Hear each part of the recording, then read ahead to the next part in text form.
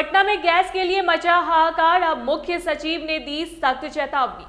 नमस्कार, आप देख रहे हैं स्टार टीवी बिहार। मैं हूं आपके साथ अपराजिता सिंह। बिहार की राजधानी पटना में इन दिनों रसोई गैस की भारी किल्लत ने आम जनजीवन को पूरी तरह पटरी से उतार दिया है। पटना के हर घर की रसोई से आज एक ही सवाल गूंज रहा है कि आखिर हफ्तों पहले बुक किया गया सिलेंडर घर कब पहुंचेगा। स्थिति की गंभीरता का अंदाजा इसी बात से लगाया जा सकता है कि महज 6 दिनों के भीतर पटना में गैस का बैकलॉग 21,000 से बढ़कर 1.63 लाख के पार पहुंच गया है। जो सिलेंडर पहले बुकिंग के महज 2-3 दिनों के भीतर मिल जाता था, अब उसके लिए मध्य वर्गीय परिवारों को 10 से 12 दिनों तक का लंबा और कष्टकारी इंतजार करना पड़ रहा है। गैस एजेंसियों के बाहर सुबह से ही उपभोक्ताओं की जो लंबी कतारें दिख रही है, वे तेल कंपनियों के दावे की कड़वी हकीकत बयां कर रही है। बिहार के लोगों के लिए यह संकट अब सब्र का बांध तोड़ने वाला साबित हो रहा है, क्योंकि रसोई का चूल्हा बुझने से घरों में तनाव का माहौल बना हुआ है। इस गहराते प्रशासनिक संकट को देखते हुए बिहार के मुख्य सचिव प्रति अमृत पूरी तरह एक्शन मोड में आ गए। उन्होंने सोमवार को क्राइसिस मैनेजमेंट ग्रुप CMG की एक आपात बैठक बुलाई, जिसमें तेल कंपनियों के अधिकारियों को जमकर फटकार लगाई गई।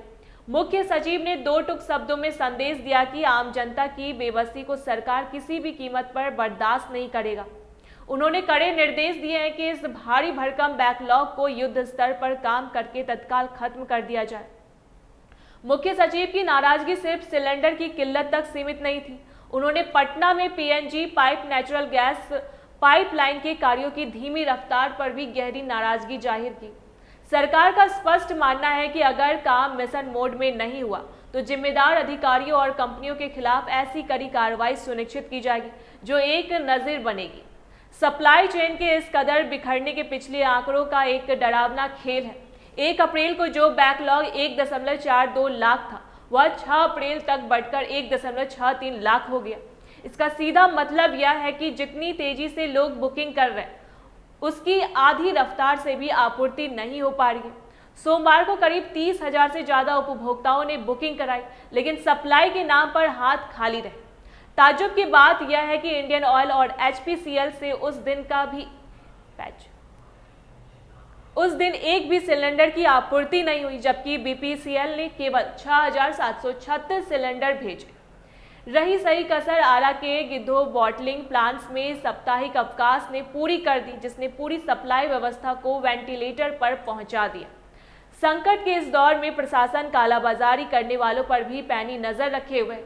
जहां एक तरफ जनता एक सिलेंडर के लिए दूर दूर भटक रही है, वहीं दूसरी तरफ घरेलू सिलेंडरों का व्यावसायिक उपयोग धड़ल्ले पर जारी है। इसे रोकने के लिए पटना की 16 जगहों पर सघन छापेमारी की गई है, जिसमें 6 बड़ी गैस एजेंसियां रडार पर आई। इस दौरान कई होटलों पर अवैध उपयोग के आरोप में प्राथमिकी दर्ज की गई। अब तक की कार्रवाई में कुल 22 FIR दर्ज की जा चुकी है और 121 सिलेंडर जब्त किए जा चुके हैं। सरकार अब भविष्य की सुरक्षा के लिए PNG कनेक्शनों को बढ़ाने पर जोर दे रही है।